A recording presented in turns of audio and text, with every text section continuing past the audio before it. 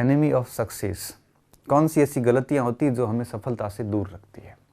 सबसे पहली गलती जो मुझे लगता है हम अभ्यर्थी करते हैं वो है दिखावा।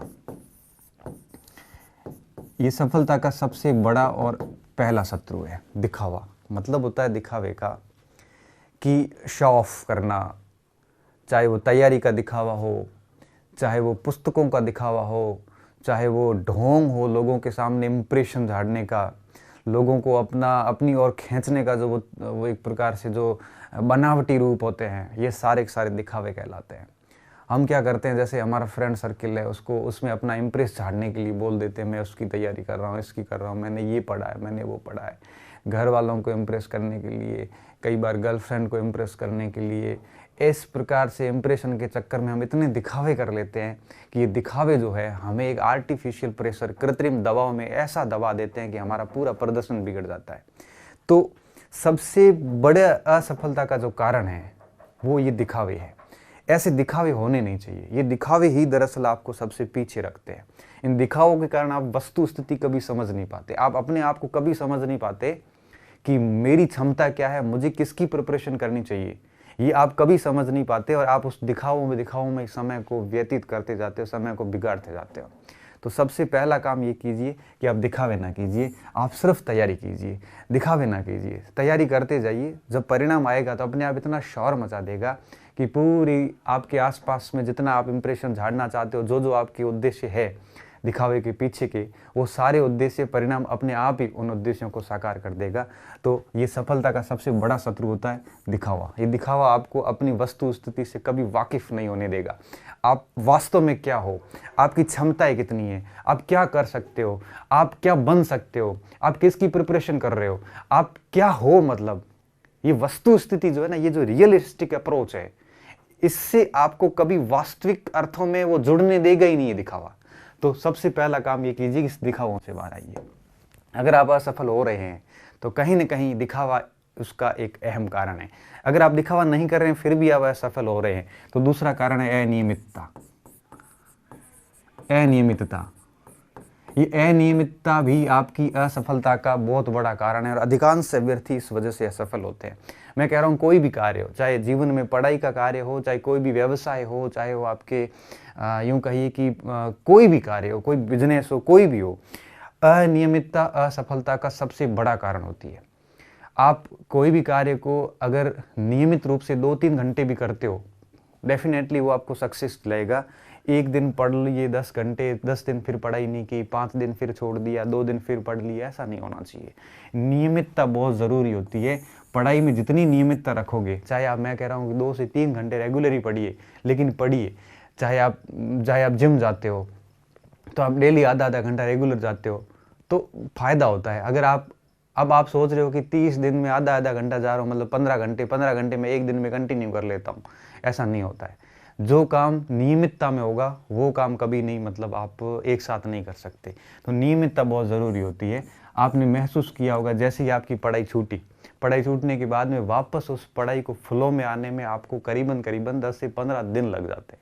तो पढ़ाई जैसी नियमितता टूटती है, वापस उस नियमितता को बनाए रखने में या वापस उस फ्लो में आने में आपको 15-20 दिन आपके व्यय हो जाते हैं। इसलिए कह रहा हूँ कि स्टूडेंट, आप जो है वो अपने काम में नियमितता ज़रूर रखें।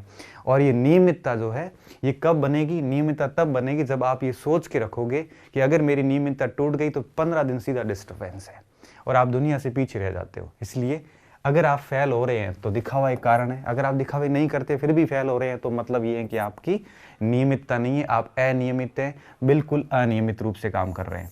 उसके बाद में सफलता का तीसरा सबसे बड़ा जो शत्रु है वो होता है आपके अस्त व्यस्त होना। अस्त व्यस्त का क्या मतलब है? अस्त व्यस्त का मतलब होता है प्लानिंग नहीं होना। अब किसी भी चीज़ की जब प्लानिंग नहीं होती है तो बिना प्लानिंग के कोई भी कार्य सक्सेस नहीं होता है।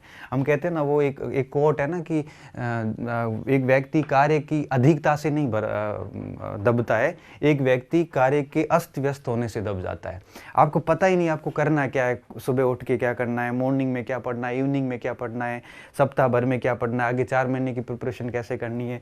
जब अस्त व्यस्त हो जाते हैं, जब कोई प्लानिंग नहीं होती है, नियोजन का पूरा अभाव होता है। अब प्लानिंग आपके पास नहीं है, नियोजन का मतलब अभाव है, तो ऐसी अस्त व्यस्तता जो है और या यूँ कहिए कि आपका कोई निर्धारित लक्ष्य नहीं है, तो ये जो अस्त व्यस्त रहना, ये अस्त व्यस्त रहना भी आपकी असफलता का एक बहुत बड़ा कारण हो सकता है।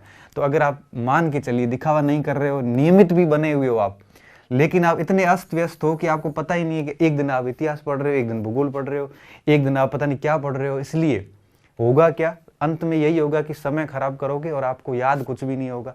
इसलिए कह रहा हूँ कि हमेशा नियोजन, मतलब एक दिन एक प्रकार से प्लानिंग के साथ काम कीजिए, प्रॉपर स्ट्रेटजी के साथ काम कीजिए। मैं जब पढ़ता था, मुझे आज भी याद है, मैंने काम कर रखा था कि 5-2 का रूल्स था मेरा। एक से 5-2 का क्या रूल्स था, 5 दिन पढ़ता था, जैसे मंडे से लेकर और फ्राइडे तक कंटिन्यू मेरी पढ़ाई होती थी, और सैटरडे और संडे 2 दिन, इन दो दिनों में इन 5 दिनों का रिवीजन होता था। तो ये मेरी प्लानिंग चलती थी कि सोमवार से लेकर शुक्रवार तक पूरा पढ़ूंगा और शनिवार रविवार रिवीजन करूंगा। जैसे ही अगला सप्ताह स्टार्ट होगा, मंडे से वापस स्टार्ट करूंगा, जहां शुक्रवार को छोड़ा था वहां से सोमवार को शुरू करूंगा और मैं शुक्रवार तक आऊंगा। शुक्रवार को फिर वापस पढ़ाई छोड़ के और सैटरडे और संडे को रिवीजन करूंगा पिछले दोनों सप्ताह का। जैसे तीसरा सप्ताह आएगा, जहां शुक्रवार को छोड़ा था वहां सोमवार से शुरू करूंगा और शुक्रवार तक आऊंगा। फिर पिछले 3 सप्ताहों का रिवीजन में आगे रविवार और शनिवार को करूंगा। तो इससे क्या होता है, इस प्लानिंग से क्या होता था, मेरे परफेक्ट नियोजन हो जाता था और टारगेट आगे से आगे पूरे उस सप्ताह का सेट रहता था। तो आप लोग भी ऐसा कुछ करिए कि आप ऐसे अस्त व्यस्त ना हो, बिल्कुल प्लानिंग के साथ काम करो और एकदम टारगेट ओरिएंटेड होना चाहिए। ये सफलता का तीसरा सबसे बड़ा शत्रु है कि हम क्या करते हैं, हम इन चीज़ों से दूर रहते हैं। चौथा क्या होता है, रिवीजन का अभाव। मैंने यही बात अभी वापस थोड़ी देर पहले बताई, रिवीजन का अभाव। अगर आप रिवीजन नहीं कर पा रहे हैं तो आपकी पढ़ाई का कोई मतलब नहीं है। क्यों? क्योंकि जैसे क्या होता है ना कि अपने पास बहुत सारा मटेरियल होता है और वो सारी सामग्री हम पढ़ पढ़ के एक बार छोड़ देते हैं उसको। उसके बाद वापस क्या होता है कि जैसे ही एग्जाम नज़दीक आता है, इतना सारा पढ़ा हुआ होता है कि हम उसको वापस रिकलेक्ट कर नहीं पाते, वापस उसका रिवीजन कर नहीं पाते। फिर कौन सी चीज़ कहाँ पढ़ी थी उन किताबों में दब जाती। कई बार प्रश्न गलत करके आते हैं और घर आके जब चेक करते हैं तो उसी किताब में अंडरलाइन किया हुआ था हमारा, फिर भी हमें याद नहीं आया। इसका क्या कारण होता है? इसका कारण होता है रिवीजन का अभाव। इसलिए आप प्रयास ये करो कि सप्ताह में कम से कम ऐसा रूल्स बना दो कि कम से कम 5 दिन पढ़ेंगे तो 2 दिन उसका रिवीजन करेंगे। तो अब देखिए इससे क्या होगा, 20 दिन पढ़ाई होगी तो आपका करीबन 8-10 दिन रिवीजन हो जाएगा। इससे क्या होगा, इससे एक तो नियमितता बनेगी, इससे आप नियोजित होंगे, अस्त व्यस्त भी नहीं होंगे और एक ही टॉपिक का कई बार रिवीजन हो जाएगा। और अगर एक ही टॉपिक का कई बार रिवीजन होता है तो डेफिनेटली जो है वो आपका इस चीज़ें इतनी अच्छे से तैयार होगी कि कोई आपको असफल नहीं कर सकता। इसलिए इन चीज़ों का ध्यान रखना। मैं सफलता के 4 एक प्रकार से शत्रु थे जिनको मैं आपको अवगत करवा रहा था। अगर आप इनमें से किसी एक में एक प्रकार से फंसे हुए हैं तो आपकी असफलता जो है वो उसका असफलता का कारण बन सकती है। इसलिए जितना हो सकता है जल्दी ये सुधार कर लीजिए अपने आप में कि अपने आप को इन दिखावों से, बाहरी दिखावों से दूर रख लीजिए। अक्सर देखा होगा कि जब रिजल्ट आते हैं एग्ज़ाम के तो उस रिज़ल्ट में ऐसे ऐसे नाम आते हैं जो हमने कभी सुने ही नहीं होते हैं, और हमने जो नाम सुने होते हैं बड़े बड़े, ये सिंह वो राम, इतने बड़े बड़े नाम, इसका पक्का डेफिनेटली सिलेक्शन है, इसका तो टॉप रैंक के साथ सिलेक्शन है, वैसे नाम अंतिम लिस्ट में गायब हो जाते हैं। और अंतिम लिस्ट में ऐसे नाम आते हैं जिनका नाम किसी ने नहीं सुना, बिल्कुल डार्क हॉर्स की तरह। इसलिए कहता हूँ कि दिखावे मत कीजिए। जो आपने बड़े बड़े नाम सुन रखे थे, जो एक्सपेक्टेड थे रिजल्ट, उनका नाम भी नहीं था, वो दिखावे थे। और ऐसे नाम अंदर आए, ऐसे बच्चे टॉप कर गए जिनका नाम कभी सुना नहीं था, वो रियल थे लोग। इसलिए कहता हूँ कि दिखावों से हटके अपने आप को गुमनामी की दुनिया में गायब कर दीजिए।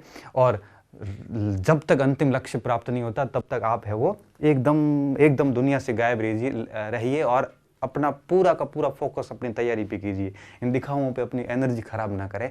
बस सबसे बड़ा कारण मैं ये मानता हूँ, इसलिए आप इन दिखावों से दूर होकर अपने आप को इस दुनिया की सारी जितनी भी ये ढोंग हैं, इन सारों से दूर करके सिर्फ अपने आप को किताबों तक सीमित करोगे तो डेफिनेटली आप सक्सेस होंगे।